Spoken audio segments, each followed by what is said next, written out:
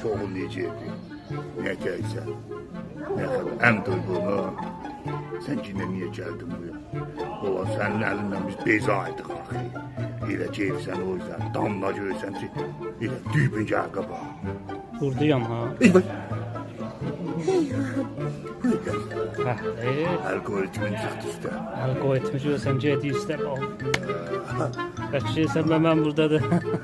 Sən burada da tamın dəstə kullu əzai bədəni titiyir, belə bax.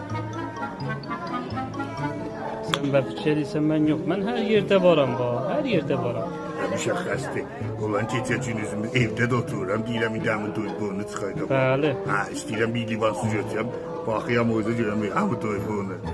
Mən sənin həmişə xidmətindəyəm. Hər yerə getsəm mən varım. İnsafən, insafən. Yəni bax bu ya. Ha, deyirlər, buyda fiyişdə oturuyor, buyda nə mi oturuyor? Çap yastı. Çap yast. Ha, buyda bir fiyişdə, buyda bir fiyişdə. Qaya fiyişdə, qalq fiyişdə. Sən o iki dənənin birsən. Özündən müvazı qıldın.